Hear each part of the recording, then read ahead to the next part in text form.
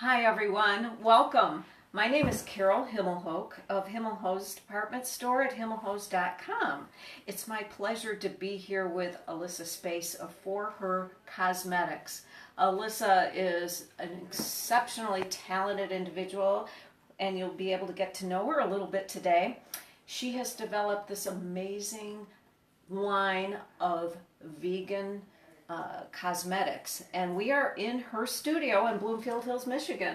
So welcome, Alyssa. It's so nice of you to welcome us into your studio. Welcome. I was wondering if we could get started with you just telling us a little bit about yourself and your background and how you even got into this business. Well, I am a chemist from Michigan State University. I studied basically the chemistry of how to make natural products through school, and then I also learned my skill set through school as well. So my passion for science was already there, and then boom, eureka, I was like, wait, I like cosmetics. So I decided that I wanted to start my own cosmetic line, and I also wanted it to be a healthy line. So that's how. Yeah, you know, I've read your mission statement, but how would you sort of express your vision and the benefits that you see your line providing your customers, and who are your customers? Yes. Well, outside of like quality products, I also think that education is super important. So I do strive on like teaching my customers skincare and just the importance of chemistry itself and STEM in our environment, like and along with our children and the community. So outside of just like bringing like these great products, I also like to bring a great experience to my customers. So when we think about skincare, it's interesting because I think the natural approach to skincare is health promoting as opposed to putting a lot of chemicals onto your skin. So I'm sure the whole process, if say someone were to think about applying cosmetics, starts with cleansing, so you probably recommend using a good base. Yeah. Yep. So, well, for me at least, skincare can be it can have a playing field for some people. Like some people have different techniques than others and different regimens. It can start with exfoliation, it can start with cleansing, just a soft gentle cleanser, or it can go all the way to chemical peels depending on the person. But I do like to start with a clean base and then apply beautiful makeup. So, and I know that you happen to know Shananye Okune, and Yes. so I'm sure I'm not alone in recommending her products from Illyra Apothecary for Yes. cleansing before you even begin to start Yes. the makeup. So I don't know, maybe could you tell us a little bit about your line and maybe share with us some of the processes that you use? It must have been fascinating to even develop these formulas. Yes. I can't even imagine. So. Well, I started off with wanting to start with properties that I wanted my products to produce. So basically I wanted it to be all about moisture and also have super vibrant colors along with just like nourishing. So I was like, okay, what products or raw materials will give me that? And that's how I developed my formula, and I started with lipsticks. So after the lipsticks, I was like, okay, maybe I could play around and add some shine. So I decided to go into glosses, and I have Yes. your gloss on. And I'm sorry I'm interrupting you, but That's okay. I have never used a gloss that feels more nourishing.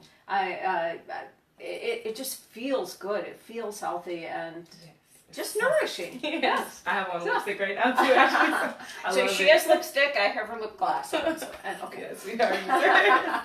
But yes, that the line literally, it just came to me naturally, and I just wanted to give back to my community and just women in beauty in general, a healthy line that not only like helped them exemplify beauty, but also put beauty into them, which is natural products to me.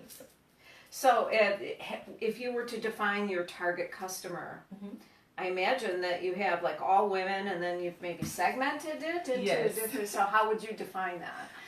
The typical client can range, but typically like at pop-ups and things that I like, people that I see at least are usually like women that are into like beauty, and they're beauty enthusiasts. Yeah. They go to like beauty con. They like to follow new trends, use different highlighters.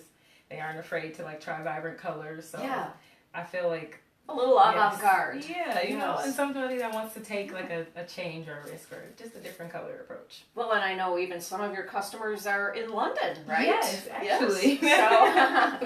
So you have actually begun to develop a global following. Yes.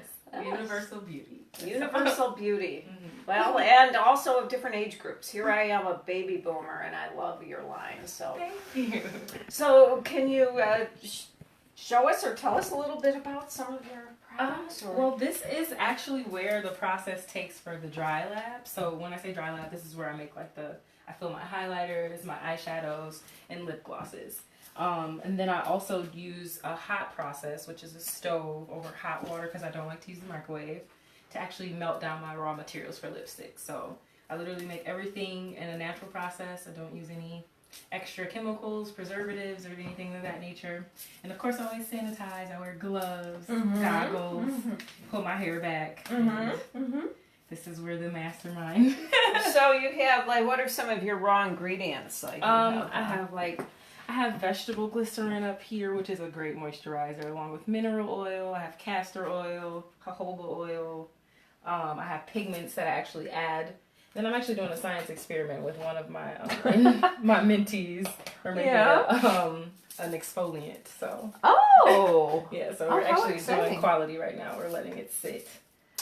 So you have some, so glitter. This is something that's a new concept to me. I know a lot of people wear glitter. Yes. How is it used? Can you explain how you apply it and how you use some of your products? Well, see, the beautiful thing about having organic, natural product is that you can apply them in many different ways.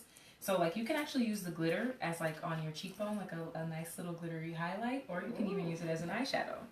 And the thing that a lot of my customers like to do is use it as a lip gloss. So, and then if say they want extra, we just dab a little bit more on there. Oh, so they glitter up the lip gloss. No kidding. Yes, lips, eyes, glitterified.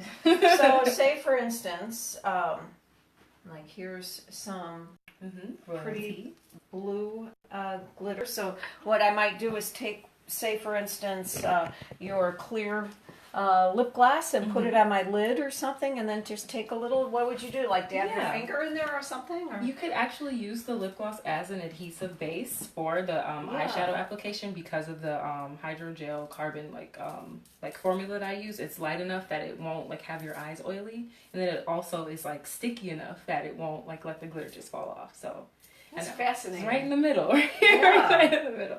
But yes, you could apply it right with the lip gloss to stick applicator right to the eye and dab it on, or you can rub it in with your hands, whatever you're comfortable with. Yeah. Interesting. So it would be like an applicator with a sponge or a brush, or does it? Or... you can either use the lip gloss tip applicator, or you can actually use an eyeshadow applicator.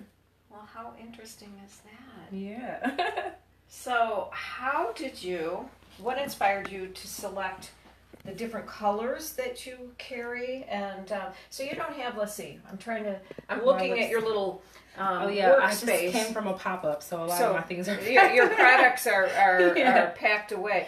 But for instance, and you should go to our website to take a look at ForHerCosmetics under that brand, and you'll see, for instance, some lip glosses. You have some beautiful colors. I have this pink... There's another kind of peachy color that I think is really pretty, and those are two tones that I like for my complexion. But how did you select in your product development phase? How did you just settle on, okay, I'm going to, like for lipsticks, these colors, lip glosses, these colors, eyeshadows, these colors, or eye glitter, I should say. Or That's a good question, actually, because a big thing for me was pigment. And how actually people can like take the pigment. So when I say that, a lot of people have different undertones, whether it's red, oranges, yellows, and I wanted to mimic those colors so that you could use like a bright metallic-y brownish color and it wouldn't look like crazy on you. It actually would match your skin tone because it might have a yellow undertone. So I really paid attention to like neutrals and then pinks and purples. Those are like my really like focus colors, but I do have, some oranges, some blues in there. So so they tend to go with most skin tones, from light to fair all the way to dark. So, and there's sort of this Yeah, so I'm guessing for me, I'm probably a little more on the, what did you say, orange, or was that one of them? Yes, orange. Yeah, yes. probably. I don't know. Yeah, because pinks are typically, I've been told they wash me out. So you have to sort Sometimes of they can develop be too bright, yeah. so you have to develop a sense of what. What color Yeah. like works for your skin tone, yes. You know what would be fun to do one of these times is to actually do a demonstration where you like maybe we could ask somebody to come in and you could show us how to apply your different products. Yes, and I'm even willing to like show how I make them too, because I actually do a program for children to teach them, to how to actually learn how to make these products in the lab. So I give them like a hands-on science experiment where they make their own lipsticks, and like they really love it. The girls especially. Yes. So that like wraps in the chemistry side as well, because since I'm a chemist. What a great inspiration for. So okay, I really love this. She's this like heavy-duty chemist who just loves all this real uber feminine type of product line. So it's a great combination of saying that the science is a very feminine career path, right? Yes, I would have to encourage the young mind. So. I love that. I love that. So just in closing, if you can share, your total line then includes which categories of products? So the main topics or parts that we focus on are eyes, skin, and lips. So we have lipstick, lip gloss, skin is the body shimmer. Then we also have like the eyeshadow and highlighters. That's for the cheekbones and eyes as well. And I'm actually currently developing my lash serum, which is going to be a hair growth serum. Oh, wow. Redeveloping, so. And so that's interesting. At least, I grew up, and of course I'm a baby boomer, but I always use blush, right? So you're using cheek glitter instead, or do you use blush, or do you? I use blush. Sometimes I'll use like the loose powder, but the way that I've actually formulated my lipsticks, they're non-comedogenic, so they won't clog your pores, and you can actually dupe them as highlighters too. That's why I like the neutral colors, because then you can. I love it. So you buy fewer products and you can use them for several different ways. That's brilliant. Well, do you have any closing thoughts that you'd like to share with us? I just really love doing this. Like, this is literally my passion. I love sharing my makeup experiences with people, and I think that having such like a bigger lip line is something that women can appreciate, because it's like the easiest product to apply, like for makeup. So. Well, and I'll tell you what, I'm so glad that you're doing this. I love that you are helping people as you're also marketing your line. I love the fact that you're local, and I just wish you the greatest success, and I'm so honored to be partnering with you and have you part of the Himelhoch family. So thank you very much. Thank you. Thank you, everyone. Bye-bye.